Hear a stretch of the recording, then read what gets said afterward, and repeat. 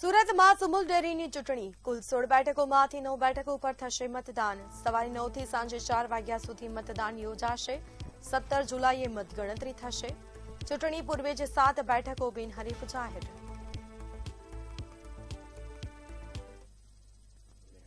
સુમુલ ડેરીની આજે ચૂંટણી છે, ખાસ કરીને વાત કરીએ જે તમામ બેઠકો પર આજે ચૂંટણી થવાની છે। સવારે 9 વાગ્યાથી 4 વાગ્યા સુધી મતદાન ચાલશે। ખાસ કરીને જોઈ શકાય છે જે સુમુલ ડેરી છે ત્યાં મત આજે ચાલે છે અને ખાસ કરીને વાત કરીએ જે તમામ બેઠકો પર ચાલુ થશે, જેમ કે ઓલપાડ, ઉમરપાડા, નિઝાર અને કુકુંડવાડા અને વ્યારા, સોનગઢ, કોલવાડ તમામ બેઠકો પર થશે। એમાં ખાસ કરીને વાત કરીએ કે જે હિસાબે શુક્રવાર 17 જુલાઈના રોજ પરિણામ પર જાહેર કરવામાં આવશે અને ખાસ કરીને જે હિસાબે મતદારો છે એ મત પણ આપવાનું ચાલુ કરી દીધું છે કે આજે જે એમાંથી 9 બેઠક છે તે બિનહરીફ પણ જીતી ગયા છે। જ્યારે વાત કરીએ કે શું થશે અને જે સુમુલ ડેરી આવેલી છે, સુમુલ ડેરી સૌથી મોટી સુમુલ ડેરી છે તેને લઈને ખાસ કરીને હાલ ચૂંટણી ચાલી રહ્યું છે। ખાસ કરીને વાત કરીએ કે જે ઉમેદવારો છે તમામ અહીંયા આવી ગયા છે, તમામની વાત ચાલી રહી છે।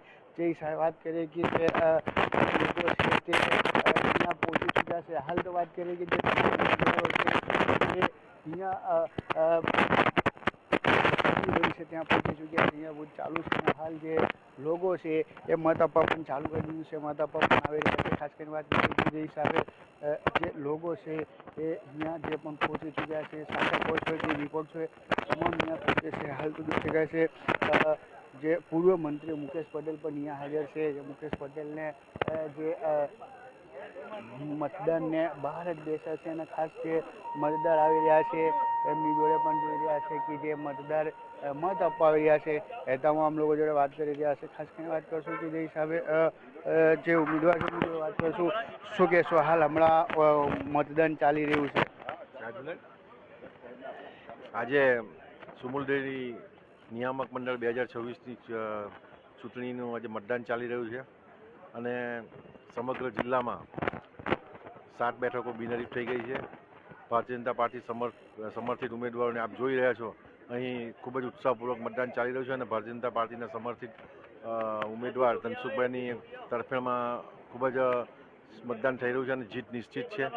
અને સુમુલ ડેરીમાં પણ આ જ રીતે ભારતીય જનતા પાર્ટીની પેનલ બેસવાની છે, ત્યારે આજે ખૂબ જ આપ અહીં જોઈ રહ્યા છો ખુશીનો માહોલ છે। ખુશીનો માહોલ સાહેબ આપણી ડિસ્ટ્રિક્ટ જે છે તમામના જે લોકો છે તે અહીંયા ઉપસ્થિત છે અને ખાસ કરીને વાત કરીએ પૂર્વ મંત્રી મુકેશ પટેલ પણ ઉપસ્થિત છે। શું કહેશો મુકેશભાઈ, આજે જે સુમુલ ડેરીમાં ચુનાવ થઈ રહ્યું છે? સુમુલ ડેરીની 16 સીટ માટે ઇલેક્શન હતું, પરંતુ 7 સીટ ભારતીય જનતા પાર્ટીના ઉમેદવારો બિનહરીફ થયા। 9 સીટનું આજે ઇલેક્શન છે। આજે આ સુમુલ ડેરીના ઓલપાડ ઝોનનું અહીંયા ઇલેક્શન છે, ત્યારે લગભગ 70% જેવું વોટિંગ પતી ગયું છે। તમામ 9 સીટની અંદર ભારતીય જનતા પાર્ટીના ઉમેદવારો વિજય થશે। આમાં જ્યારે ભારતીય જનતા પાર્ટીને મેન્ડેટ દાખલ કરવાનો ત્યારે વિપક્ષ ખાસા વિરોધ કર્યા હતા કે આમાં રાજનીતિ ચુનાવ નથી, તે લઈને શું કહે? કોણ વિપક્ષમાં કોણ? ભારતીય જનતા પાર્ટીની પરંપરા છે મેન્ડેટની। કોંગ્રેસ વિરોધ કરવાથી અમને શું ફરક પડવાનો?